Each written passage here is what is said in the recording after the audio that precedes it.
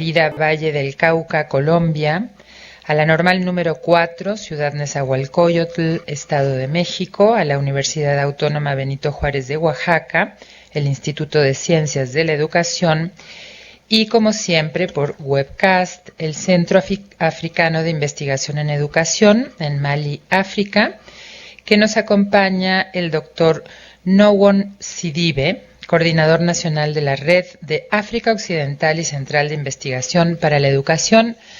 Muy bienvenidas todas las sedes, muy bienvenidas todas las personas que están aquí de manera presencial. Bueno, hoy tenemos la cuarta sesión de este módulo sobre género. Esta sesión está a cargo de la doctora Hortensia Moreno. Nos va a hablar sobre la violencia de género en las instituciones de educación superior. Y la doctora Hortensia Moreno, es doctora en Ciencias Sociales con especialidad en Mujer y Relaciones de Género en la Universidad Autónoma Metropolitana, plantel Xochimilco.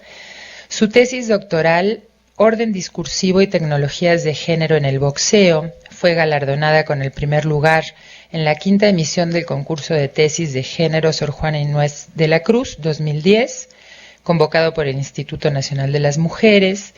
Realizó su maestría en Ciencias de la Comunicación y su licenciatura en Periodismo y Comunicación Colectiva por la Facultad de Ciencias Políticas y Sociales de la UNAM, de la cual es profesora desde 1975. Sus líneas de investigación son género, sexualidad, cuerpo, deporte y educación superior. Ha dictado múltiples conferencias, cursos y diplomados y ha participado en encuentros, simposios, coloquios y mesas redondas a nivel nacional e internacional.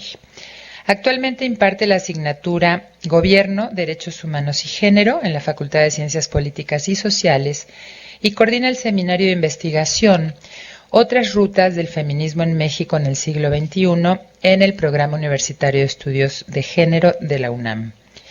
Ha publicado 4 novelas: Vida en Peligro, en 2008, En vez de maldecirte, de 2002, Ideas fijas, de 1997, y Las líneas de la mano, en 1985.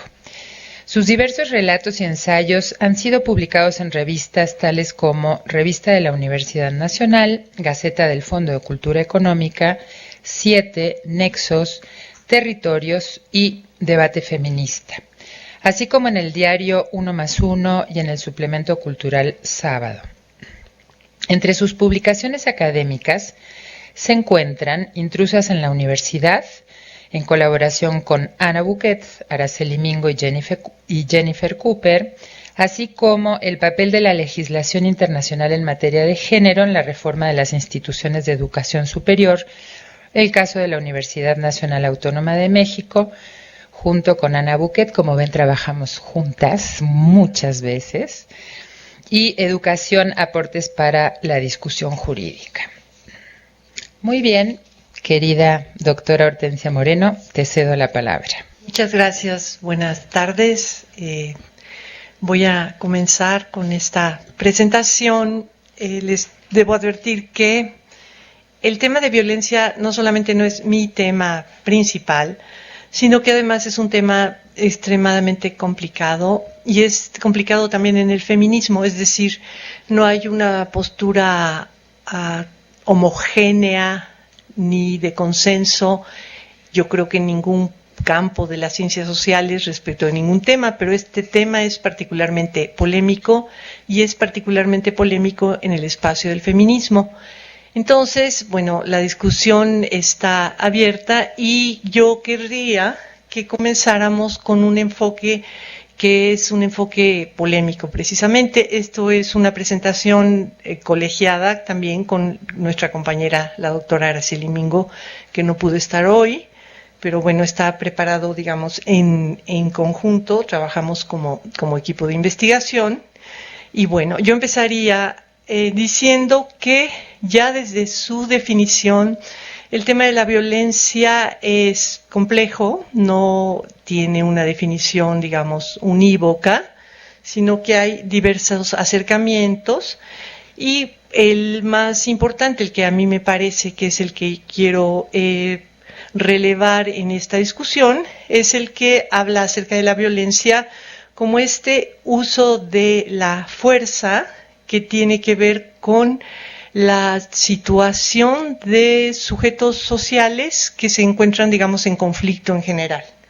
Entonces, bueno, las definiciones de diccionario, por un lado, y luego, por otro lado, esta idea de que implica fuerza o intensidad extraordinarias, que implica uso de la fuerza física o moral. Y entonces el tema de la fuerza tiene un significado simbólico desde el punto de vista del género que es muy importante. Es decir, como una condición desde el punto de vista de la interpretación simbólica del género, el uso de la fuerza tiene una importante implicación.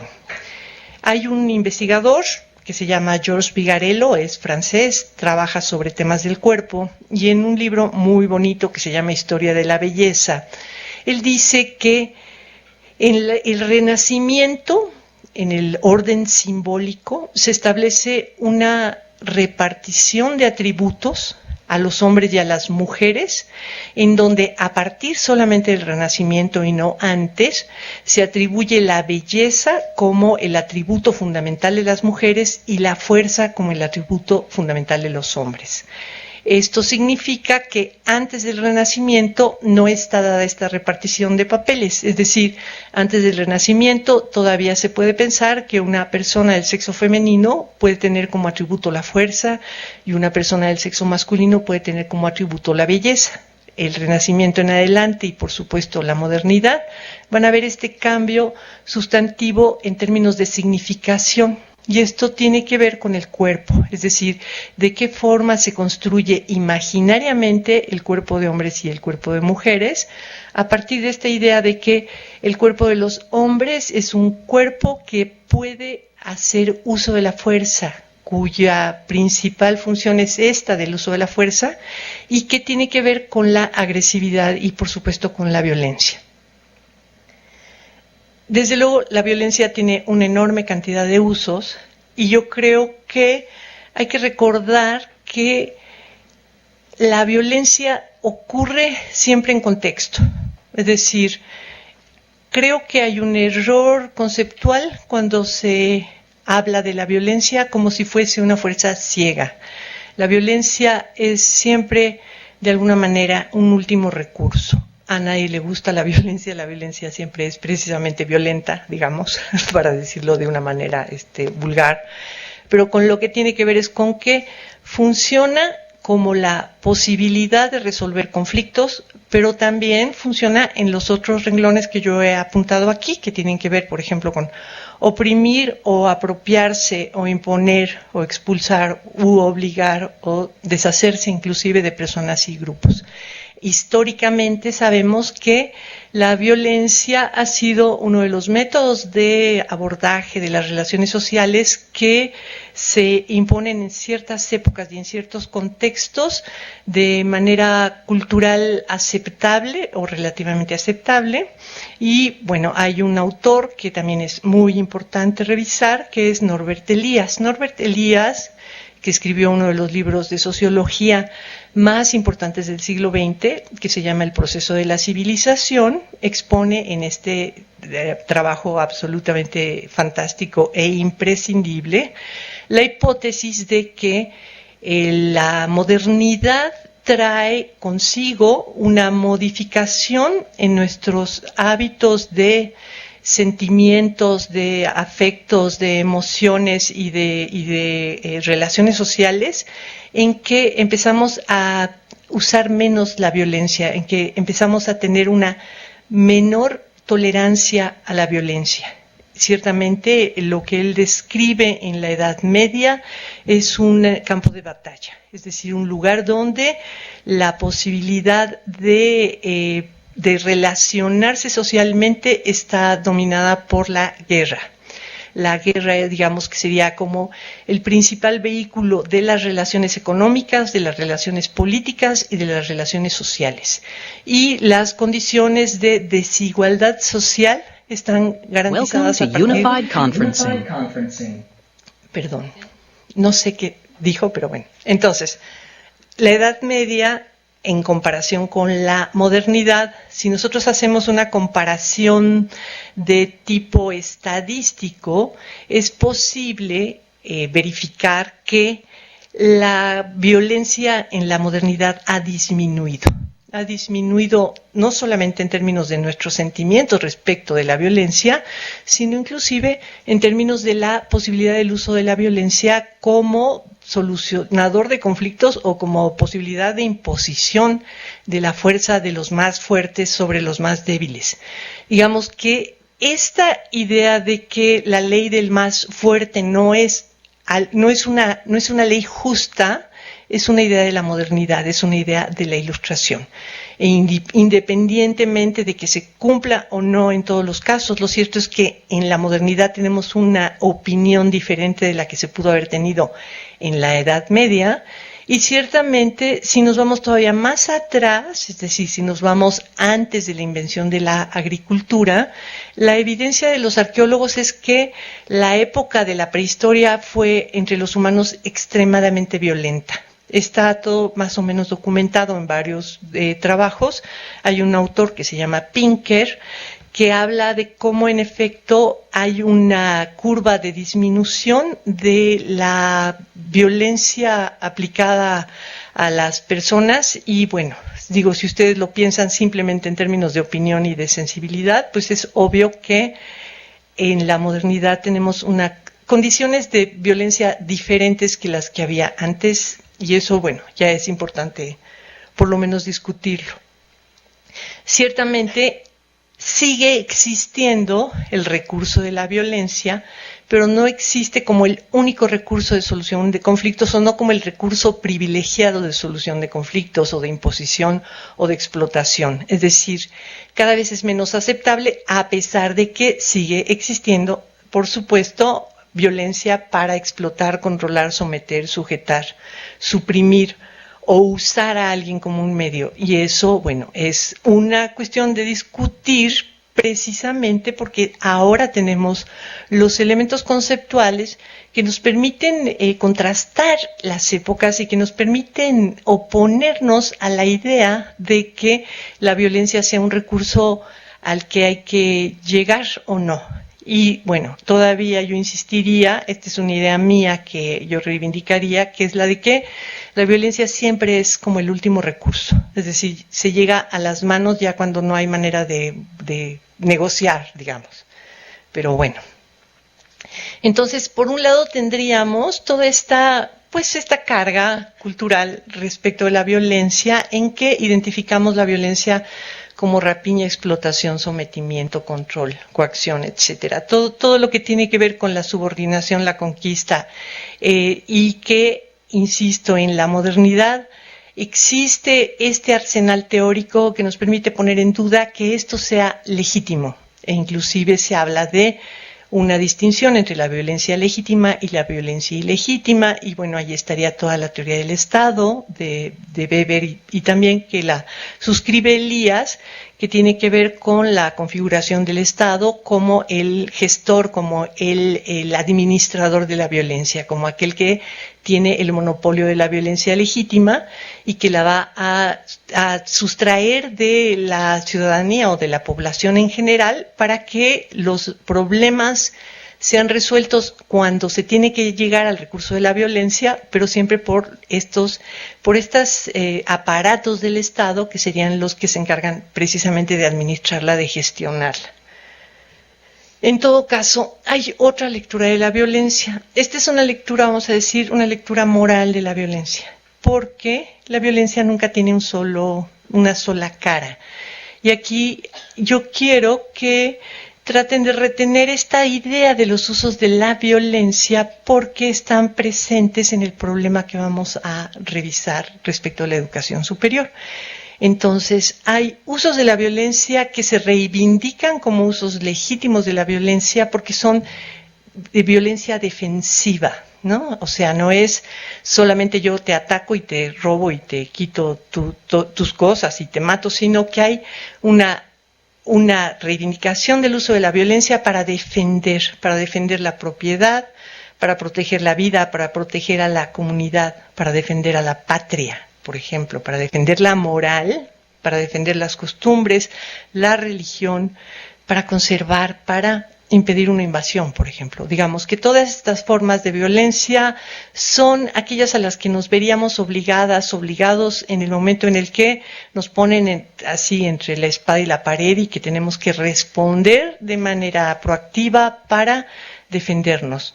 Entonces, esta otra interpretación de la violencia, digamos que tiene que coexistir con aquella primera, pero al mismo tiempo comparte con la primera definición aquello de que se trata del uso de la fuerza, es decir, ¿quién gana en un enfrentamiento entre personas? Pues gana el que es más fuerte, o el que tiene una pistola más grandota, ¿no? O el que sabe manejar mejor la espada, en fin.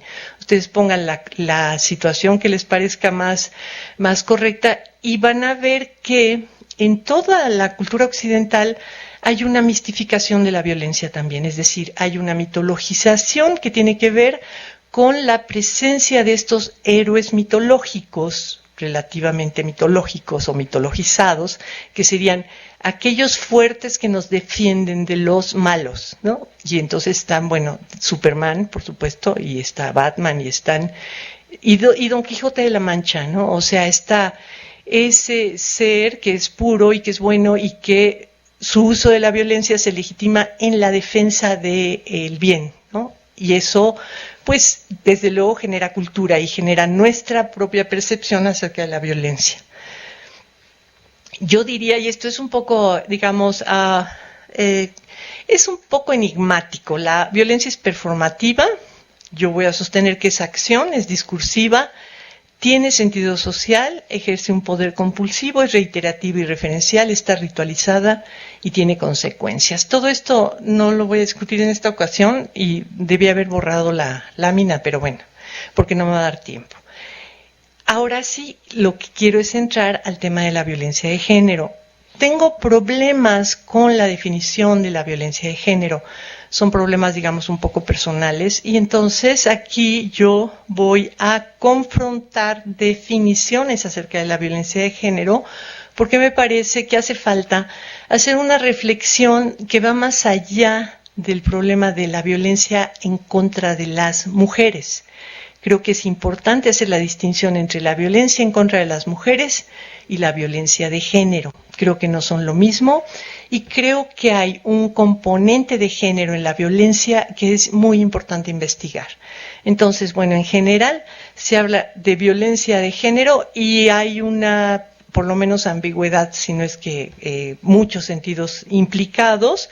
Y uno muy importante es este de que se habla de violencia de género cuando se habla de violencia en contra de las mujeres, pero también se habla de la violencia que se ejerce por razones de género o se habla de la violencia de la que alguien es víctima pensando que las víctimas ideales somos las mujeres, lo cual es muy interesante, y luego que es la violencia que alguien perpetra pensando que los victimarios por excelencia son hombres. Digamos que este sería como el esquema más burdo de la forma en que suele discutirse el tema de la violencia de género y que yo quisiera examinar un poco más. Hay una definición que saqué de la CEDAW, ¿no? De la Declaración sobre la Eliminación de la Violencia contra esta no es CEDAW, es la Declaración de la Eliminación de la Violencia contra la Mujer de Naciones Unidas, 1994. Y lo que se dice ahí es que la violencia de género es todo acto de violencia basado en la pertenencia al sexo femenino que tenga o pueda tener como resultado un daño o sufrimiento físico, sexual o psicológico para la mujer, inclusive las amenazas de tales actos, la coacción o la privación arbitraria de la libertad, tanto si se producen en la vida pública o privada. Entonces yo digo, este es el sesgo que a mí me parece que es digamos, incompleto, no equivocado, incompleto. Es decir, si hablamos de violencia de género exclusivamente como violencia en contra de las mujeres, creo que estamos perdiendo una dimensión que es una dimensión muy importante. ¿Por qué? Bueno, para empezar, porque la violencia de género, según mi punto de vista, es un fenómeno que se relaciona con los papeles, la asignación de papeles sociales diferenciados entre mujeres y hombres. Es decir, es un tema de género porque la violencia afecta tanto a hombres como a mujeres, pero la violencia afecta diferente a los hombres que a las mujeres. Y esta afectación no es solamente en términos de sus consecuencias más inmediatas o más directas, sino inclusive en términos de lo que implica esta repartición de los atributos, esta diferenciación, que es una diferenciación de género, es decir, es una atribución de caracteres, es una atribución de posicionamientos ante la vida. Entonces, aquí la violencia se asocia con la masculinidad y se asume que las mujeres no somos violentas. Pero el problema es que la violencia no es una propiedad natural, aunque está, por supuesto, naturalizada.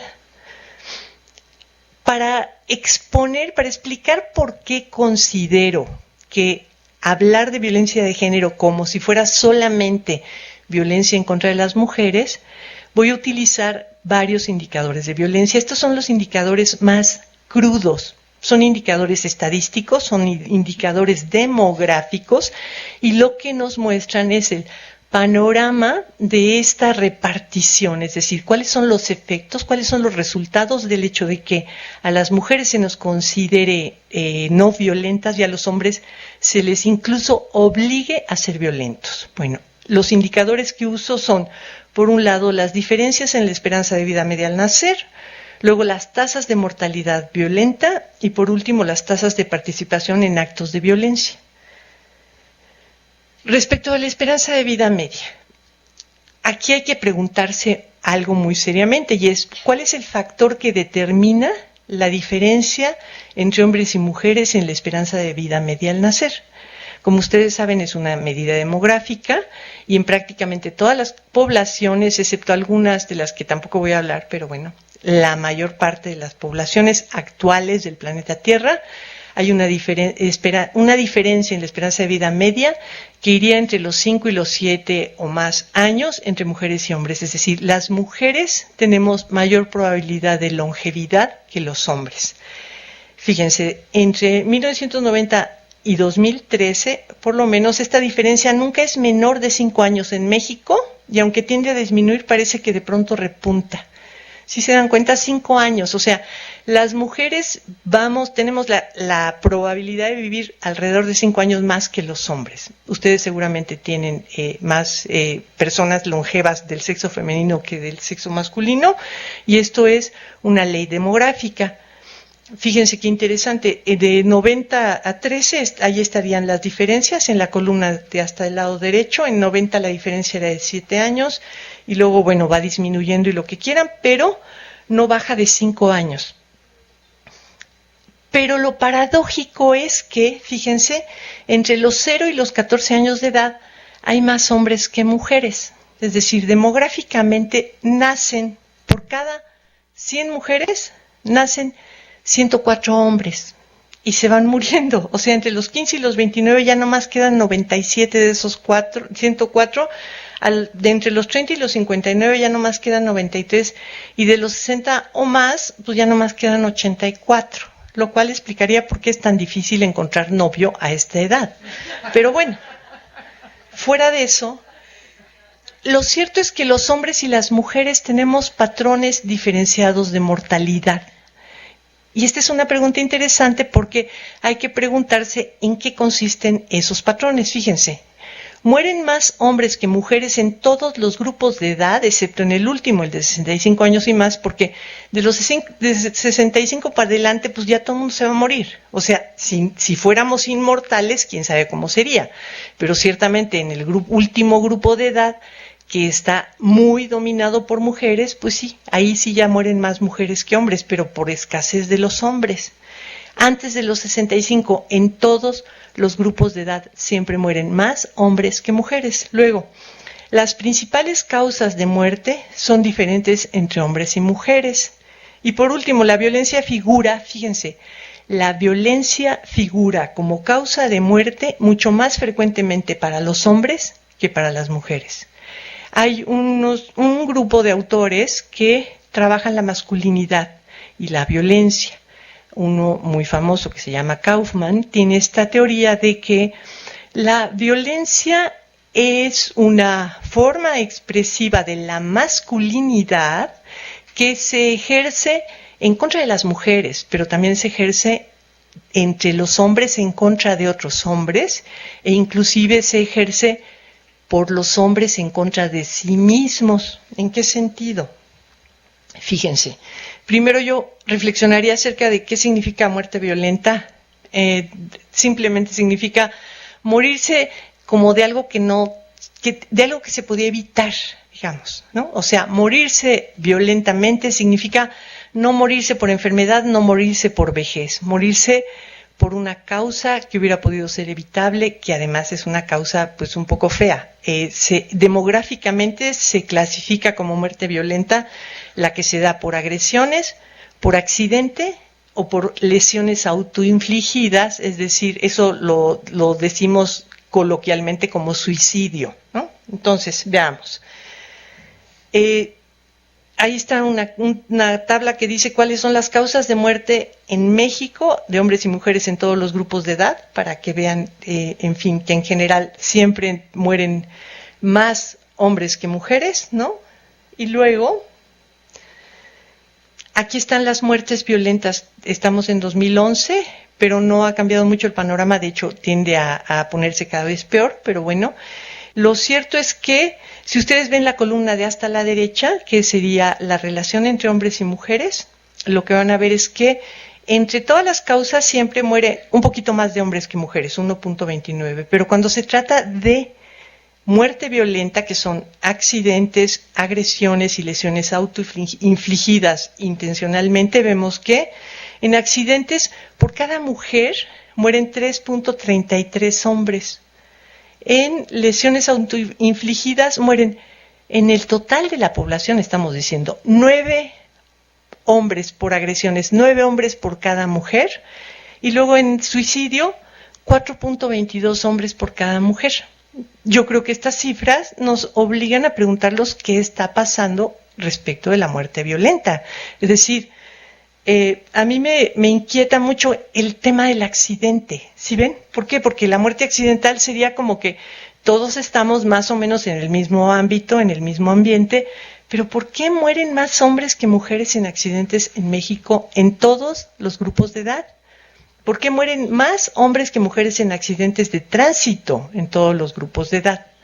Es una pregunta legítima, es decir, ¿qué implica? Bueno, implica cosas que a lo mejor es que los hombres son más brutos, ¿no? Se cuidan menos, usan menos los equipos de seguridad. ¿Será que los hombres están más expuestos a los accidentes de trabajo, por ejemplo? ¿Será que qué pasa con los hombres? Ciertamente sabemos, además, por otro tipo de estudios, que hay una proclividad de los hombres al accidente, es decir, que los hombres toman más riesgos en general.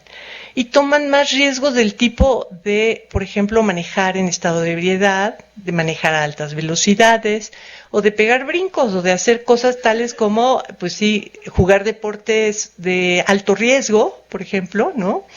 Y entonces es cierto que los hombres están más expuestos a este tipo de muerte. Yo acá me regreso para que vean.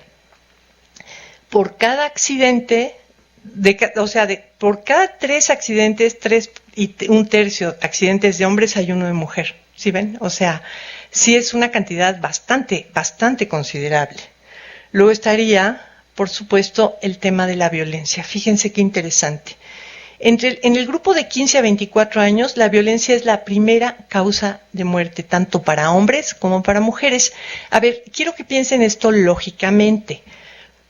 ¿Por qué es primera causa de muerte entre los 15 y los 24 años? Bueno, pues porque la gente entre los 15 y los 24 años es muy sana, digamos, ¿no? En general. O sea, la gente está pues en el momento más, en la flor de lo que le decimos la flor de la edad. Entonces, por eso, los que se mueren, pues se mueren por violencia. Es decir, es una violencia que se muera alguien menor de 24 años. Sí están de acuerdo, ¿no? O sea, esa sensación de, híjole, estaba bien chavo, ¿no? Como que aceptamos mucho mejor que se muera alguien de 60, de 70 o de 80 años. Cuando nos dicen, se murió una persona, ¿qué edad tenía? 80 años. Bueno, pues ya le tocaba. Pero alguien de menos de 24 años es así como, wow, ahí quedó algo incompleto, ahí quedó algo terrible. Esa es una muerte violenta en el sentido de que hubo una causa que no era una causa natural, era una causa precisamente de la violencia, de que algo interrumpió, algo cortó. Pero bueno, de todas formas, aunque sea la primera causa también para las mujeres, lo cierto es que por cada hombre mueren casi 9 hombres a causa de agresiones, cerca de 5 por accidentes y alrededor de 3 por lesiones autoinfligidas. Es decir, fíjense, aquí, en este particular grupo de edad, la mortandad por violencia entre mujeres y hombres es desproporcionada por completo.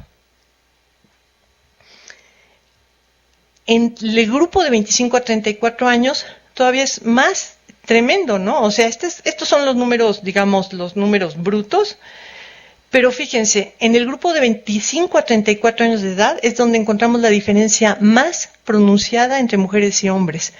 Por cada mujer que sufre una muerte violenta hay 11.14 hombres. ¿Sí ven? Es decir, estamos hablando de más de 10 hombres se mueren por cada mujer que muere de muerte violenta. La muerte violenta pasa para las mujeres al tercer lugar en este grupo de edad. ¿Se acuerdan que en el primer grupo, en el de menores de 25, era primera causa de muerte? Acá ya las mujeres tienen causas de muerte. Primera causa de muerte, por ejemplo, como del tipo de alguna enfermedad. No las detallé, pero bueno, en todo caso, por accidentes al tercero, al cuarto por agresiones y al noveno por lesiones autoinfligidas. Pero en los hombres siguen siendo primeras causas de muerte. Interesante, ¿no? Fíjense, esto es por grupos de edad. En todos los grupos de edad, la muerte por agresiones cobra muchas más víctimas entre los hombres que entre las mujeres. En el de 15 a 24 es de casi 9 por cada mujer, en el de 25 a 34 de 11, en el de 35 a 44 de 10 y medio, ¿no? En el de 45 a 64, 8, 14, y en este que es el integrado, o sea, en el grupo gordo de 15 a 44 años, la diferencia de muertes por agresiones, aquí estamos diciendo, ese se murió porque lo mataron, pues, o sea, le tocó que alguien le metiera el cuchillo, le diera un golpe, en fin, y entonces nos encontramos que estamos en eso, estamos diciendo, por cada mujer que muere por agresiones en México en 2011, se están muriendo más de 10 hombres, en general, entre los 15 y los 44 años. Esas son para que vean así el tamaño, ¿no? Hasta la izquierda, a la izquierda están agresiones, en medio están accidentes, la tercera columna son las lesiones autoinfligidas y por último es el junto, ¿no? El que junta todas las muertes violentas en hombres y mujeres entre 15 y 44 años. La columna azul, por supuesto, corresponde a los hombres y como verán, pues es una carnicería, ¿no? O sea, ¿qué está pasando? Yo por eso digo, la violencia de género, pues tiene que ver con estas personas que se mueren, ¿verdad?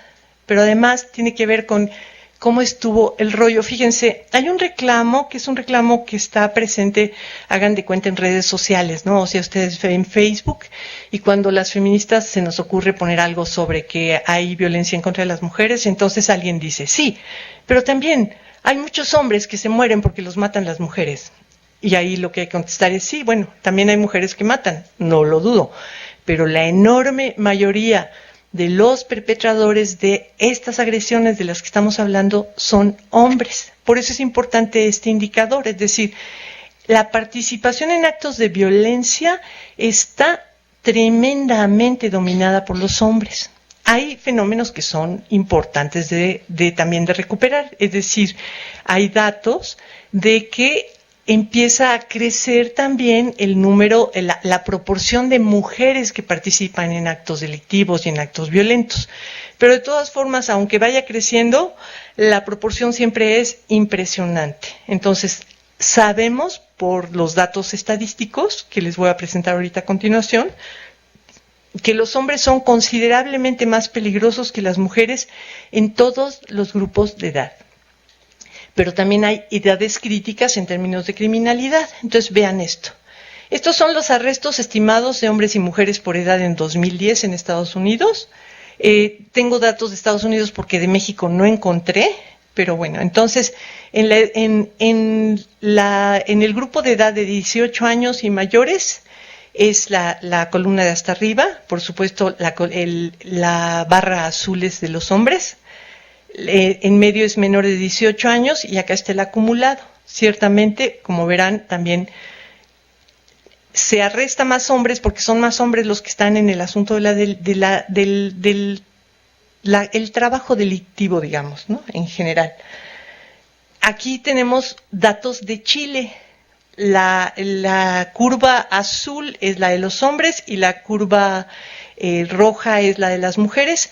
El pico en los dos casos es la edad de entre 18 y 20 años, o sea, entre 18 y 29 años, que sería pues la edad en que hay mayor actividad delictiva en la vida de las personas, pero ciertamente, como verán también, la comparación entre hombres y mujeres pues es muy contrastante, es decir, podríamos afirmar que en efecto los hombres son más peligrosos que las mujeres. Cuando decimos estos 10 hombres que murieron en comparación con una mujer, hay una alta probabilidad de que esos 10 hombres y a la mujer los hayan matado hombres también, ¿no? Estos son arrestos por crímenes violentos entre personas en edades de 10 y 24 a 24 años por sexo y año en Estados Unidos entre 1995 y 2011. Y aquí quiero que noten una cosa que es interesante y es la de que, bueno, por supuesto la curva de abajo es la de las mujeres, la curva de arriba es la de los hombres, pero en la línea del tiempo lo más interesante es cómo en efecto va disminuyendo esta tasa de criminalidad, ¿no? Es decir, se sostendría la teoría de Norbert Elias y de otros estudiosos que dicen que hay una tendencia a que disminuya la incidencia de la violencia. Y sin embargo sigue siendo importante. En términos demográficos, yo sostendría que una de las explicaciones importantes de la diferencia entre la esperanza de vida media de hombres y de mujeres tiene que ver con la muerte violenta. Es decir, que si controláramos el factor muerte-violencia, disminuiría la brecha entre la esperanza de vida media de hombres y de mujeres. Es un tema de género, ¿están de acuerdo conmigo? Me imagino. Bueno, esto ya me lo paso porque se me va a hacer tarde. En fin, bueno, ¿qué tiene que ver todo esto con la educación superior? Yo quería dar este panorama general porque me interesa que piensen en la violencia de género no solamente como una agresión ciega, desconocida, que nada más se trata de que los hombres agreden a las mujeres. Creo que es muy importante saber que los ambientes violentos tienen un sentido y tienen un sentido que es un sentido de género. En la educación superior en particular, tendríamos que pensar en los actos de violencia que se basan en la pertenencia al sexo femenino que tenga o que pueda tener como resultado un daño o sufrimiento. Esto lo recupero de la definición primera que teníamos de Naciones Unidas. Pero lo interesante es que las herramientas que nos da la perspectiva de género, a lo que nos obligan es a entender estos fenómenos desde varios puntos de vista. Y entonces, bueno, creo que el reto más importante respecto de la violencia tiene que ver con establecer los nexos que conectan la violencia con el orden simbólico, la construcción de identidades, la vida política, la actividad económica y el mundo social en su dimensión de género. Es decir, hay una significación de la violencia y esta es una significación que tiene que ver con la construcción de la masculinidad y con la forma en que construir la masculinidad nos ubica dentro del orden simbólico y la forma en que esas herramientas o esas distorsiones nos permiten solucionar o no nuestros conflictos de interacción inmediata. Es decir, la violencia tiene que ver con cómo nos llevamos los seres humanos en la vida social, cómo estamos negociando todo aquello que tiene que ver con cómo estamos en el mundo, qué es lo que hacemos en el mundo y cómo lo repartimos, cómo lo gestionamos. Y entonces, el tema de la perspectiva, ustedes ya saben que la perspectiva de género no es un asunto de mujeres, sino del hecho de que la experiencia humana está atravesada por la existencia de dos sexos. O sea, hablamos de perspectiva de género, hablamos de hombres y hablamos de mujeres. Y nos interesa muchísimo el tema de la masculinidad respecto de la violencia. Yo creo que este es un enfoque que tiene que ser recuperado y discutido y que en el caso particular de la educación superior implica que revisemos una serie de mitos que tenemos acerca de la violencia. Mitos sobre la violencia, que todos los hombres son igualmente violentos en todas las situaciones. ¿Saben qué? Es muy interesante. La enorme mayoría de los hombres, la enorme mayoría de los seres humanos, no somos violentos. Eso es muy interesante, ¿no? Es decir, este estereotipo de que los hombres, todos los hombres son feos, fuertes y formales, no es verdad. Pues, o sea, los hombres, la mayoría de los hombres en la modernidad, en la vida urbana, en la vida social, aprenden a manejar sus conflictos de manera que no implica la violencia en todos los casos. ¿Sí ven? Llegar a la violencia es el último recurso para la enorme mayoría de los hombres y por supuesto también para la enorme mayoría de las mujeres.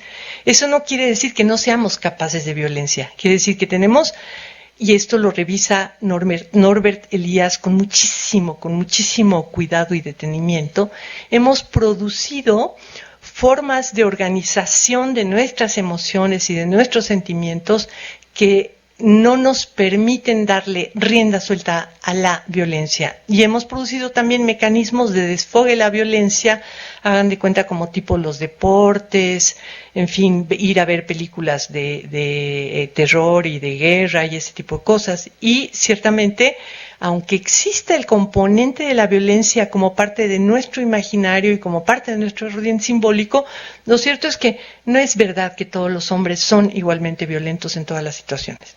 Y cada quien responde diferente y ciertamente ustedes, todos los varones que están en este curso, saben, por cierto, que nos tenemos que limitar respecto del uso de la violencia. Luego, el segundo mito que es muy interesante es que las mujeres no son violentas.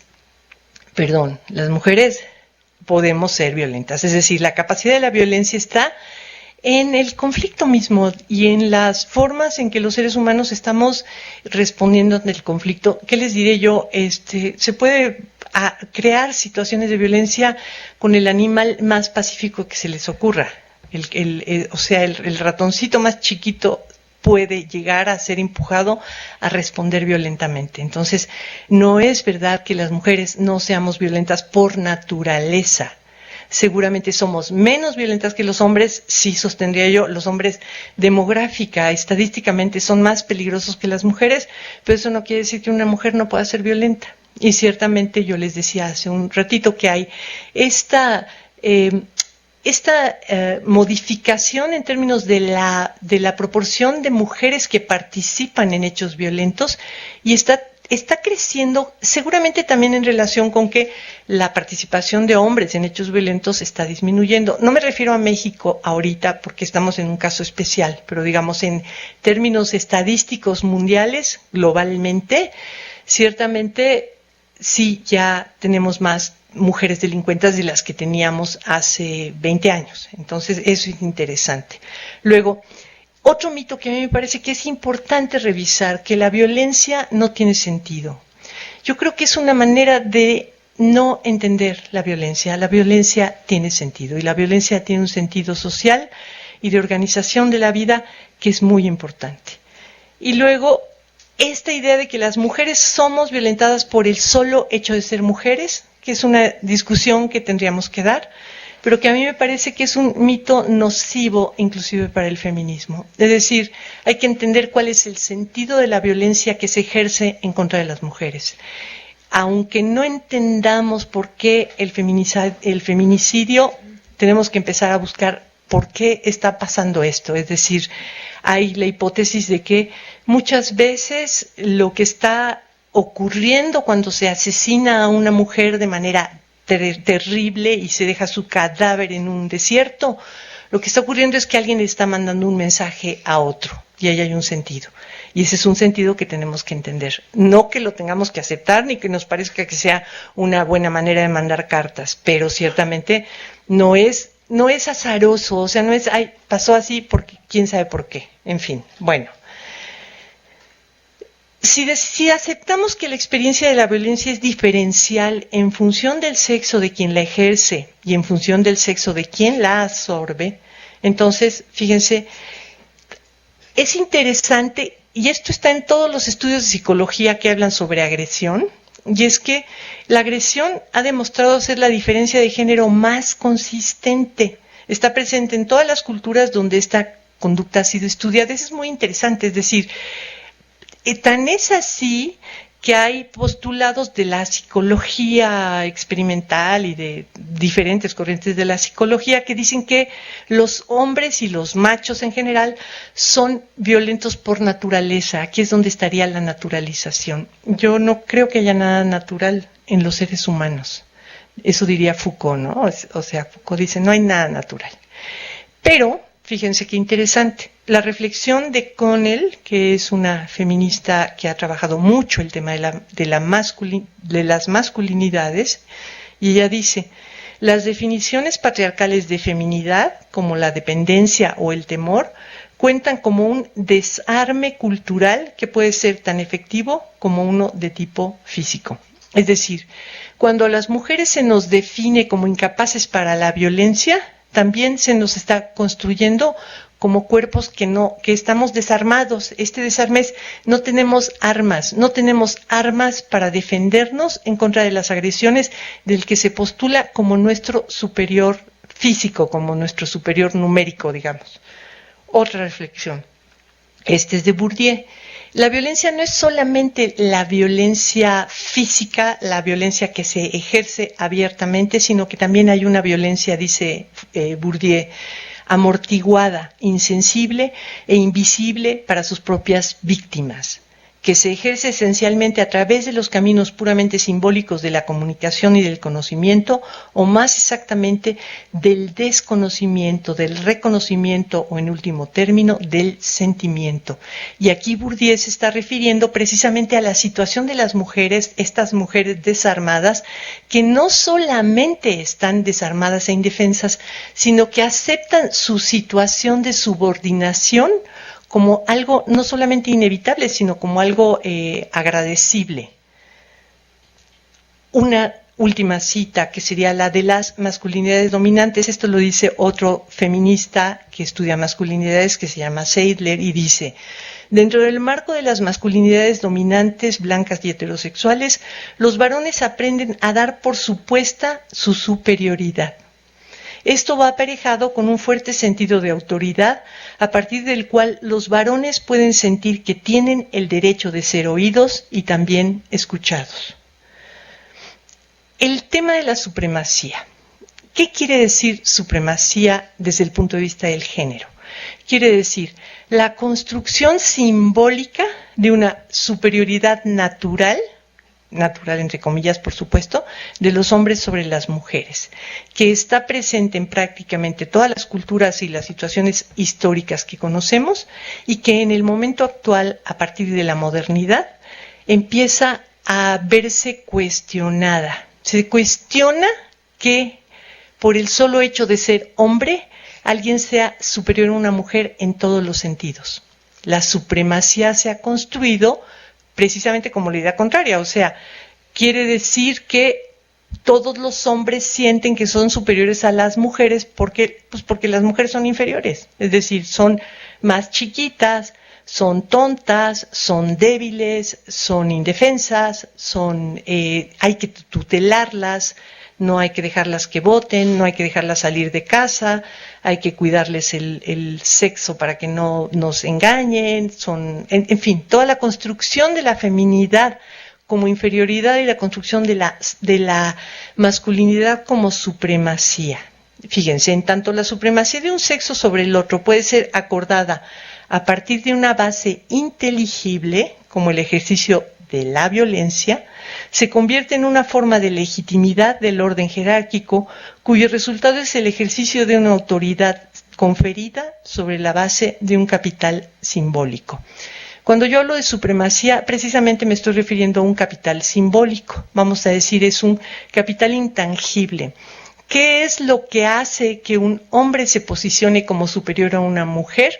Pues eso es un capital simbólico, digamos, es una legitimidad de su posición privilegiada, una legitimidad de sus privilegios, que además tiene que sostener, porque eso es lo que le da sentido social, eso es lo que le da sentido en el mundo tal como lo conocemos, tal como lo vivimos. Entonces yo tengo esta hipótesis que lanzo a la discusión. La violencia de género es un mecanismo de imposición simbólica mediante el cual se establece un posicionamiento de supremacía de los hombres sobre las mujeres. La violencia de género está en acto, pero también está en potencia. La violencia de género es al mismo tiempo una amenaza y al mismo tiempo es una aceptación.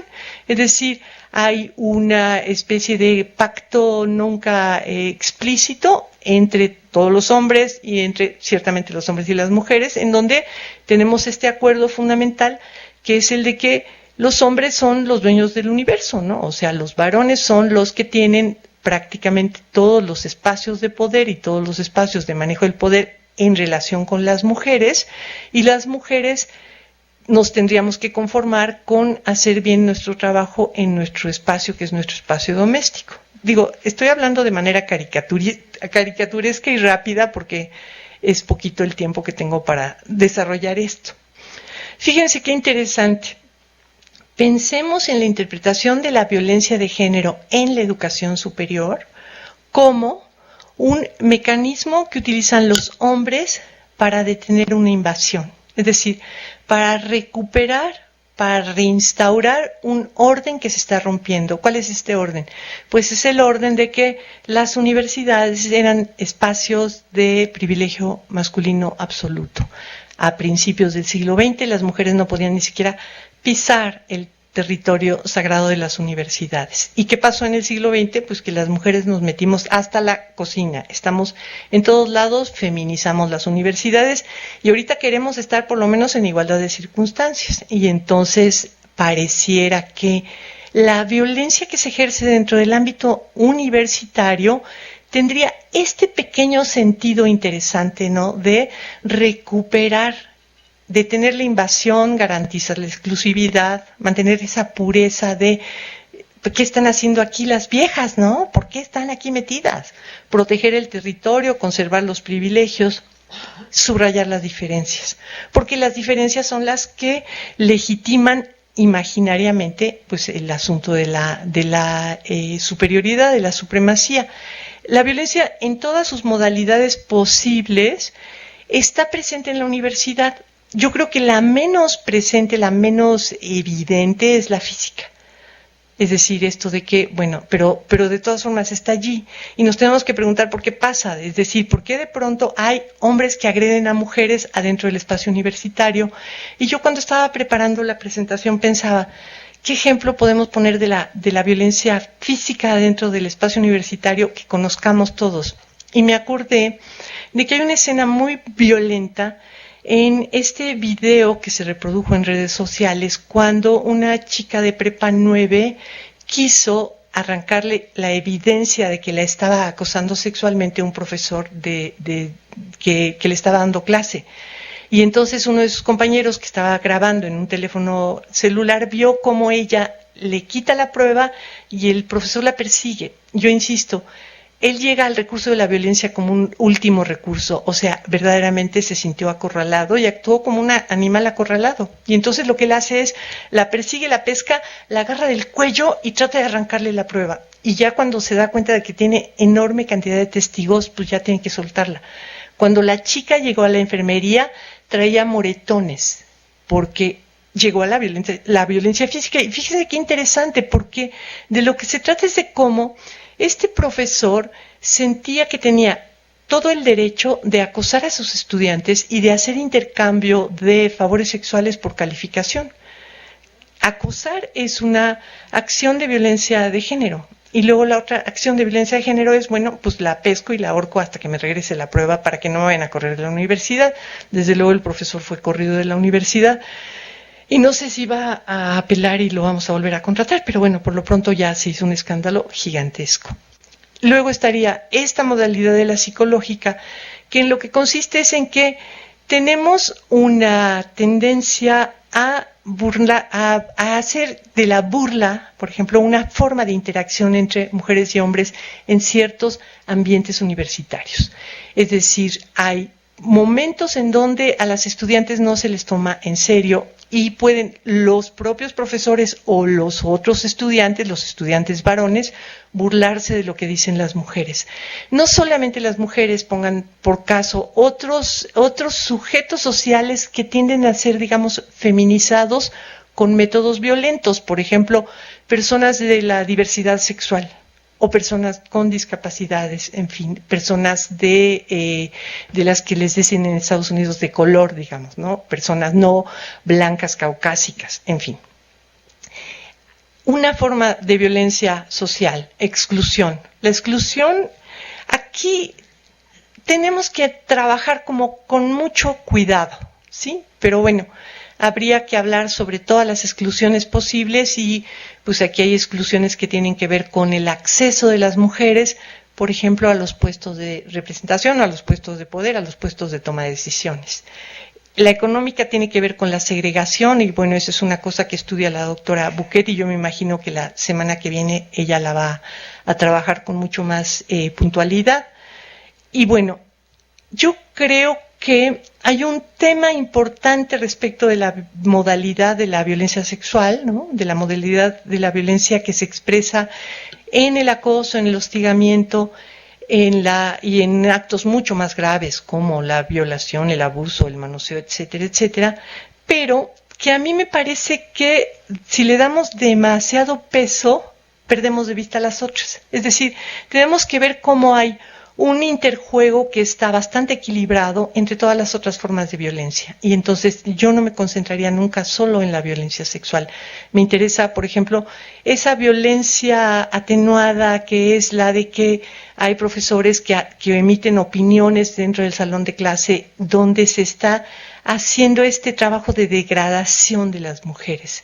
Y ahí estaría pues eso, como un trabajo simbólico de poner siempre a las mujeres en un lugar de inferioridad simbólica, porque eso, por supuesto, lo que reafirma es la posibilidad de que los hombres sigan considerándose como, pues, como el rey de la creación, ¿no?